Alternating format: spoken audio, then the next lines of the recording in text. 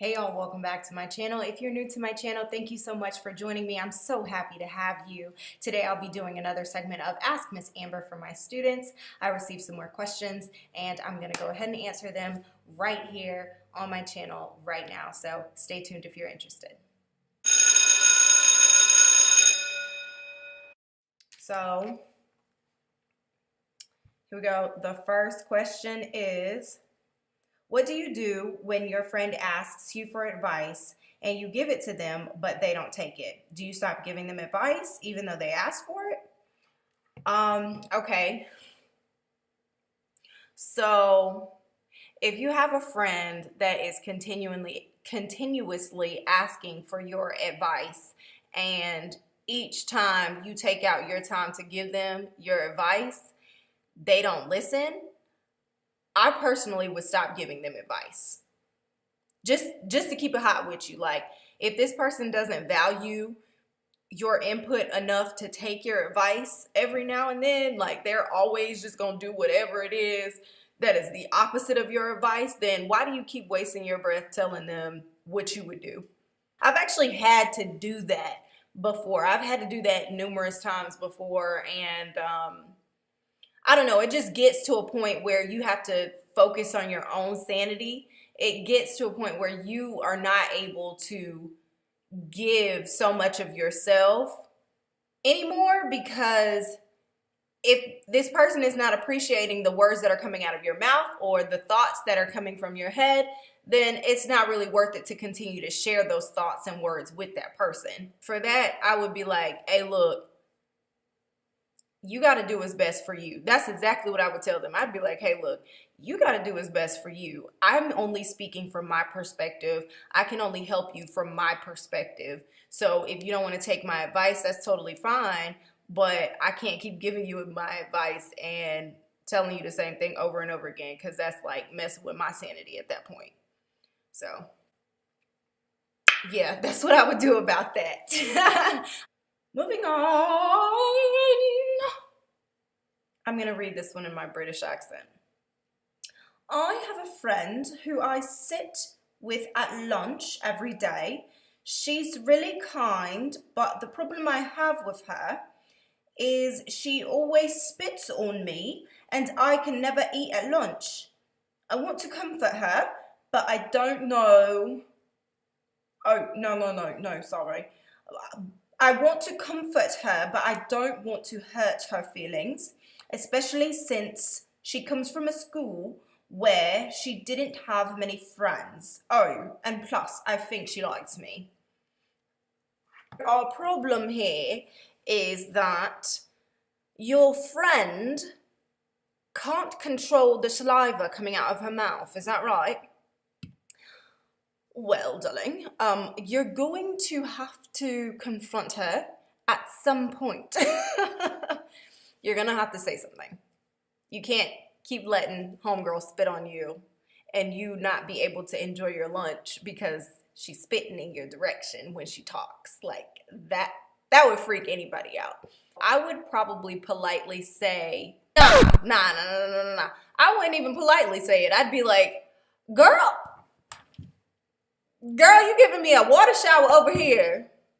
Something like that. Turn it into a comedic relief in a way. Or you could go the polite way and say, oh, I don't know if you know this, but sometimes you spit when you talk and then, it gets on me. I mean, it's not a big deal necessarily, but I just wanted you to know. You could say that.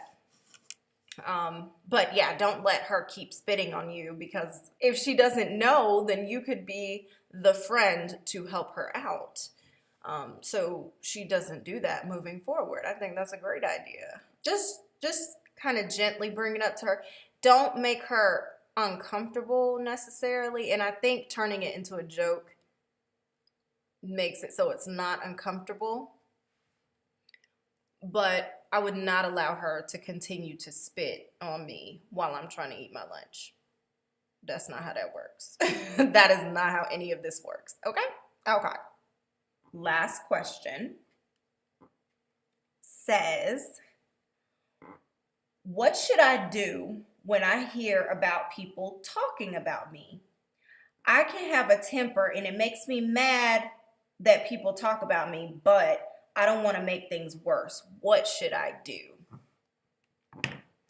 Well, first of all, you have to consider your source. Is somebody coming and telling you that other people are talking about you? Because you need to look at that person and be like, that's so interesting how they feel so comfortable talking about me to you. That's the first thing you need to do. Second of all, take inventory of what they're saying. If it's stuff like petty stuff that really doesn't matter, like they're not talking about your family, they're not talking about your well-being, none of that stuff, just petty stuff like, oh, she need to fix her edges or something like that, like dumb stuff, I would tell you to take inventory of that, look at them and be like, girl, do you really have any room to talk about anybody? And really just brush it off, because at that point, it appears that people are talking about you because they're uncomfortable with themselves. And that's what happens a lot of the time. When people don't feel comfortable in their own skin, they will find a way to talk about somebody else and try to make them feel uncomfortable to make themselves feel better.